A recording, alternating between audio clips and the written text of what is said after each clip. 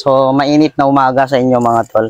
So, yung vlog natin ngayong araw, so good morning sa inyo, ay para sa mga electrician, mga lineman dyan. So, may papakita ko ako sa inyong pliers na dalawa. So, i-review natin na check na magugustuhan nyo. No? So, tara, samahan nyo ko.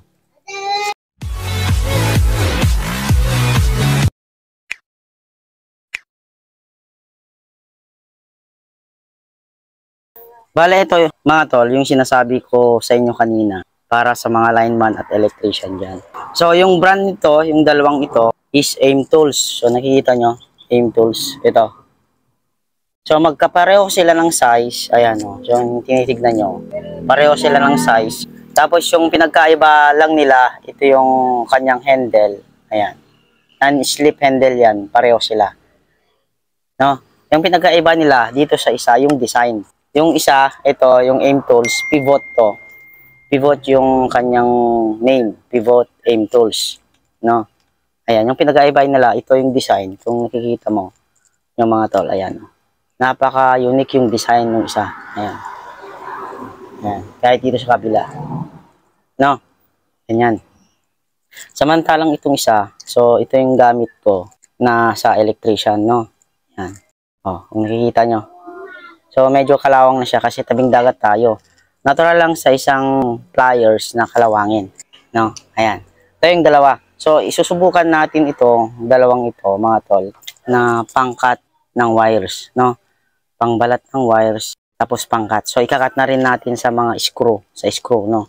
So, may dala tayo ditong screw mga tol. Ayan, may screw tayo dito. Tapos, ito yung service drop. Ito mga tol, service drop yan. Tapos yung neutral ng service drop. So dito sa part na to mga tol, may parang matigas na wire dito sa part na yan. So ikakat natin to, tapos magbabalat tayo ng service drop. No, isa sa mahirap balatan, syempre yung mga service drop pag nagtatap tayo. No? Try natin yung dalawang pliers natin. Tapos yung isang meron tayo dito, yung THNN. So ito yung pinakamaliit. Wala tayong mga tol. Ibang available na wireless SSO. Ito muna yung pagsusubukan natin. So mamaya, ilalagay ko pala yung link ng Mato sa description natin kung saan kayo makakabili. So, wag ka nang maghanap ng mga mamahaling pliers kung meron naman murang pliers. So, ito yun mga tol. Yung price nito, sasabihin ko na, nasa 600 plus, ito naman, nasa 500 plus. So, kung minsan nagsasale sila, nagkakahalaga lang to ng 400. So, abangan nyo yung mga sales nila, no? Talagay ko yung link sa description para sa dalawang to, no? Ayan. So, ito try natin i-cut. Uunahin muna natin yung isa, no? Na AIM Tools. Ayan. So, kung magbabalat tayo, syempre, ito yung pinakamahirap balatan. Na isa yung service drop. Pero pag ito yung gamit mo, yung AIM Tools, ayan, no? Is madali lang siyang mabalatan. Ayan, no? Tignan nyo. So, okay na siya. Dali.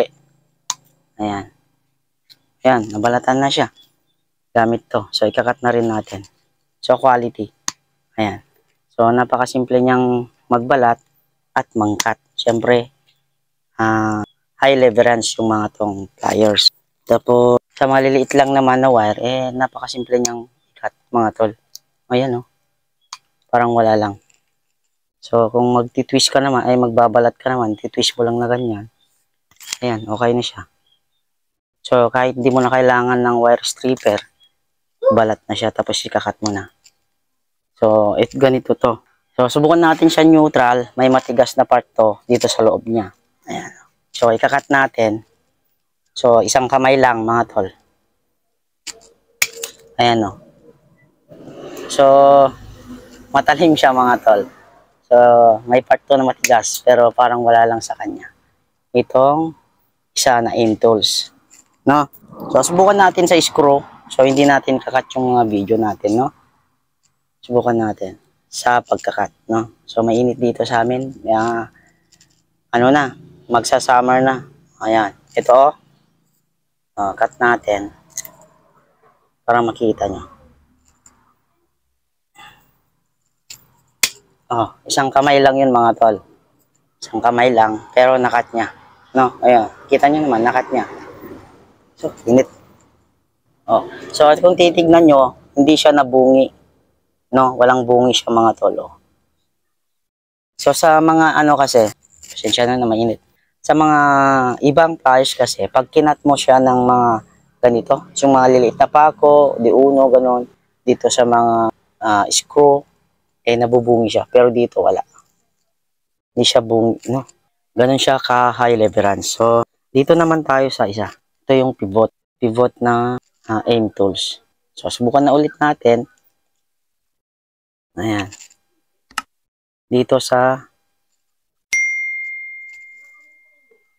screw mga to. Ayan. Ayan. Galing. So, walang bungi yan ha. Tignan nyo, may bungi yan. Hindi yan. Hindi yan bungi mga tol. Ayan.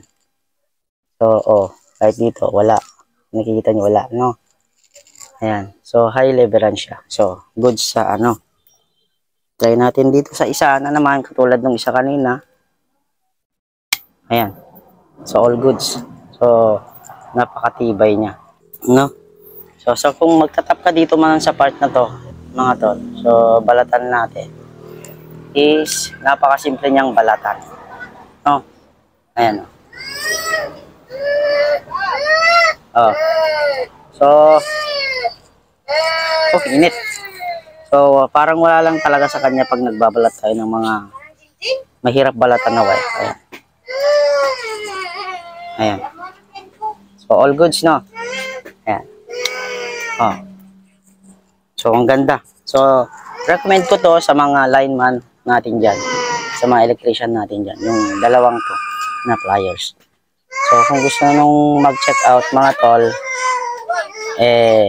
ilalagay ko sa ating description para makakuha kayo ng high leverage na plier tapos hindi pa siya mahal, no? So, affordable talaga. Check out na kayo.